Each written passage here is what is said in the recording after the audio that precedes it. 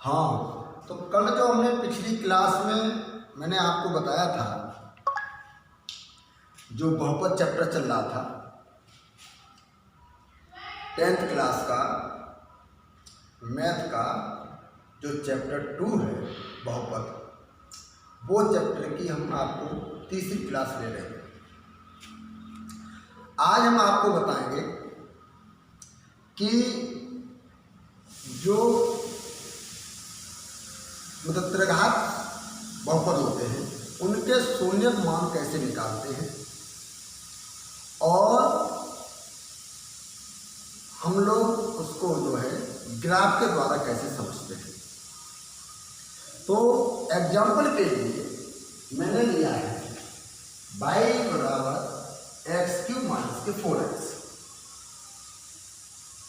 मैंने कल भी आपको बताया था पिछली क्लास में कि x अक्ष के जो निर्देशांक हैं, जिसमें 0 होता है, इधर पॉजिटिव होता है और इधर नेगेटिव होता है। अब ध्यान इस बात का रहे कि मैंने आपके सामने जो लिया है मान, और भी मान ले सकते हैं जो x अक्ष के निगेटिव, क्योंकि कल भी मैंने आपको बताया था या पिछली क्लास में आपको बताया था कि जितनी उसकी पावर होती है उतने ही y का मान 0 आना जरूरी है।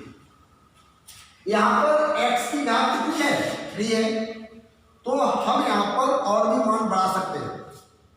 अगर हमें नीचे अगर 3 0 नहीं मिलेगा तो हम और भी मान बढ़ा सकते हैं x के। तो यहाँ पर x इक्वल टू यहाँ पर कितना लगाएंगे? -2, तो ये हो जाएगा -8 और ये हो जाएगा आपका +8। बात सबको समझ आ रही है? तो इसका मान हो गया 0। अब 1 0 तो मिल गया हमको, अभी हमें 2 0 और ज्ञात करने हैं।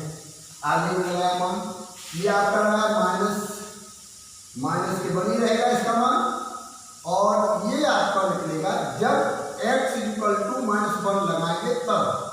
प्रत्येक में ये वैल्यू उसमें पुट करते रहेंगे और y का मान लगा के नीचे वाले खाने में, साइड के नीचे वाले कॉलम में लिखेंगे, और ये हो जाएगा आपका 4, तो ये वैल्यू हो जाएगी आपकी 3। फिर दोबारा से x बराबर 0 लगाएंगे तो ये भी 0 मिलेगा, तो इस मतलब ये भी आपका मान मिलेगा 0। इसी तरीके से 1 का मान लगाएंगे तो ये 1 हो जाएगा, -4, तो ये -3, और जब ये 2 लगाएंगे तो ये हो जाएगा आपका 8 और -8 इक्वल टू 0। तो मैंने आपको बताया था, देखिए ये 0 मिला, अंडरलाइन दिखाई दे रही होगी आपको। तो वही मैंने आपको जो पिछली क्लास थी उसमें मैंने आपको बताया था कि जितनी उसकी पावर होती है, जैसे मैंने आपको बताया था कि बहुपद होता है, तो बहुपद जो होता है वो रैखिक पद भी होता है, द्विघात बहुपद भी होता है और त्रिघात बहुपद भी होता है। तो पिछली क्लास में मैंने आपको बताया था कि रैखिक पद और द्विघात पद बताया था। इसमें आज मैं आपको बता रहा हूँ त्रिघात बहुपद। तो त्रिघात बहुपद हम लोग किस तरीके से जानेंगे? क्योंकि इसमें आपका x की घात जितनी 3 होगी तो ये जो पद होगा वो आपका त्रिघात बहुपद कहलाएगा। अब हमने x इक्वल टू जो आपके निर्देशांक है x अक्ष है, उसका इस तरीके से वैल्यू लगाते जाते हैं और इक्वल टू पूरे का मान हम लोग y बराबर कर देते हैं और ये वैल्यू से पुट करते जाते हैं। ध्यान इस बात का रहे, जब तक 3 0 नहीं मिले तब तक और भी वैल्यू निकालते रहेंगे, x अक्ष के चाहे इधर और चाहे x अक्ष के पॉजिटिव साइड और चाहे x अक्ष के नेगेटिव साइड। अब हमको इसमें 3 0 मिल गए हैं, अब हम इसका आपको ग्राफ बना के दिखाते हैं। तो मैं आपको बता रहा था कि ये x अक्ष ये होता है, y अक्ष ये होता है। तो ये जो मैंने आपके सामने एग्जाम्पल दिया था, अब इसको हम ये बताएंगे कि इसके शून्य मान 3 ही क्यों होते हैं क्योंकि एक्स अक्ष पर हमने जो वैल्यू है, तो जो एक्स अक्ष को जो काटता है, जो प्रतिच्छेद करता है ग्राफ, वही हम लोग कहेंगे कि वही मान हमारा शून्य पद कहलाता है। तो पहली वैल्यू है आपकी -2 और 0। तो -2 ये पॉइंट हुआ, माइनस पॉइंट, और बाई में यहाँ पर 0 ही रहेगा। तो -2 और 0, तो इस पे लिखते हैं -2 और 0, ये पॉइंट हो गया। दूसरा पॉइंट हो गया -1 और 3। तो -1 ये वाला पॉइंट है, और 3, तो 3 पॉजिटिव है, ये यहाँ जाएगा। तो आप दोनों टोटल करके निकाल लेंगे तो -1 और 3, ये वाला पॉइंट हो गया। थोड़ा पॉइंट को आप इसी तरीके से डिनोट करते जाइएगा, फिर उसका हम लोग ग्राफ करते हैं। ये 0 0 है, तो 0 0 है, तो उसमें कोई दिक्कत ही नहीं है, ये वाला पॉइंट हो गया। 1 और -3, 1 ये है और -3 ये है, तो आप डॉट डॉट करके निकाल दें कि 1, -3, ये वाला पॉइंट हो गया।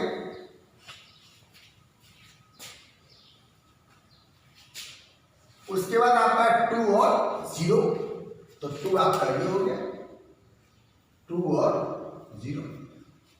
अब आप क्रम से आप पॉइंटों को मिलाते जाएंगे। ये आपका पॉइंट हो गया, और उसके बाद ये वाला पॉइंट हो गया,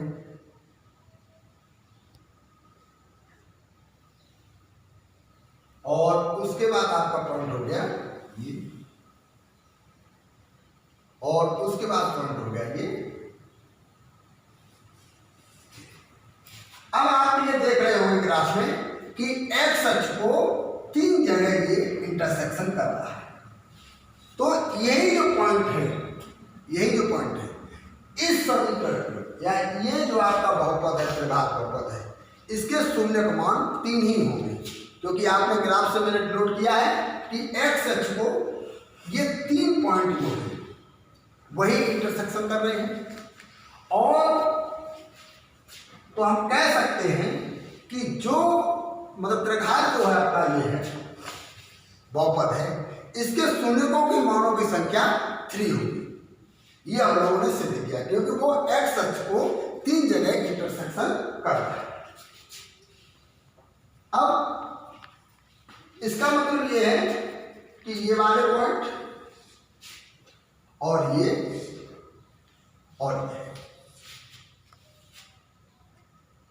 अब इन शून्यकों का हम लोग जैसे आपको बताया था, देवघात बहुपद बताया था मैंने कि शून्यकों का योग भी निकालते हैं, शून्यकों का गुणनफल भी निकालते हैं। इसी तरीके से यहां पर हम लोग निकालेंगे शून्यकों का योग।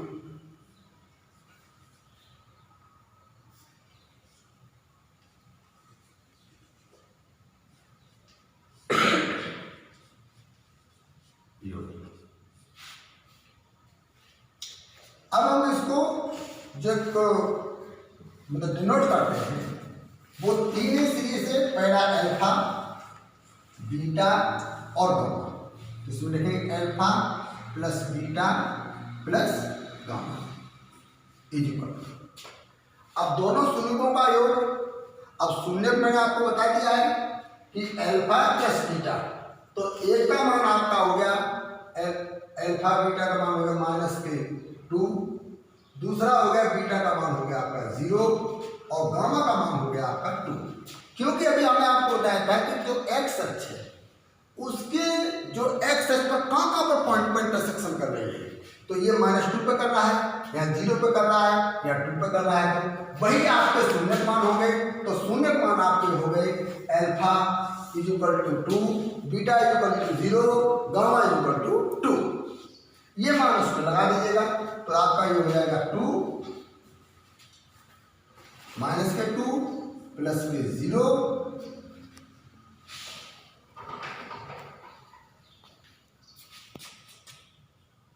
प्लस का 0 और प्लस के 2।